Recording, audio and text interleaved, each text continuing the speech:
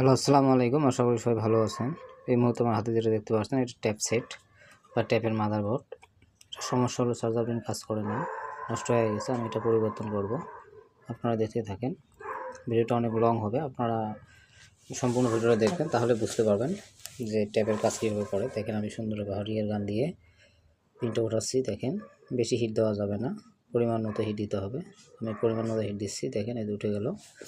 আমি এখানে নতুন একটা পিন লাগাবো, তার আগে এটা সুন্দরভাবে পরিষ্কার করে নেব। যারা ট্যাপ সেট ব্যবহার করে তারা মনে করে যে তাদের ট্যাপের ভিতরে অনেক বড় মাদারবোর্ড থাকে বা অনেক বড় ব্যাটারি থাকে, কিন্তু না, এটা ভুল ধারণা। দেখেন আপনারা কতটুকু একটু মাদারবোর্ড, আবার মনে করেন যে ছোট্ট একটা ব্যাটারি থাকে। দেখেন, আমি সুন্দরভাবে পরিষ্কার করে নিচ্ছি। সুন্দরভাবে পরিষ্কার করে নেওয়ার পর আমি নতুন একটা পিন এখানে লাগাবো। তো আপনারা দেখতেই থাকেন। দেখেন, আমি ভালোভাবে পরিষ্কার করে নিচ্ছি যেন পিনটা সুন্দরভাবে ওখানে লাগা যায়।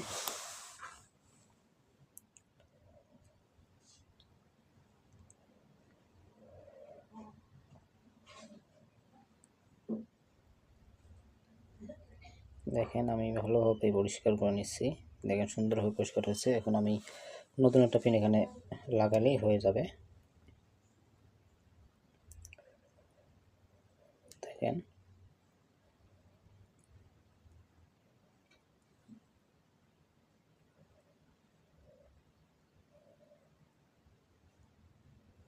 দেখেন আমাদের কাজ প্রায় শেষের দিকে।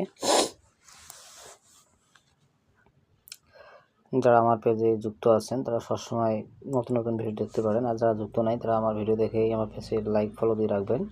আমি সবসময় নতুন ভিডিও আপলোড করি, নতুন নতুন টপিক নিয়ে নতুন নতুন ভিডিও তৈরি করে আপলোড করি। দেখেন আপনারা সবাই, আমি নতুন একটা পিন নিচ্ছি।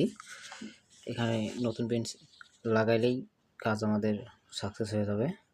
তো আপনারা দেখেন,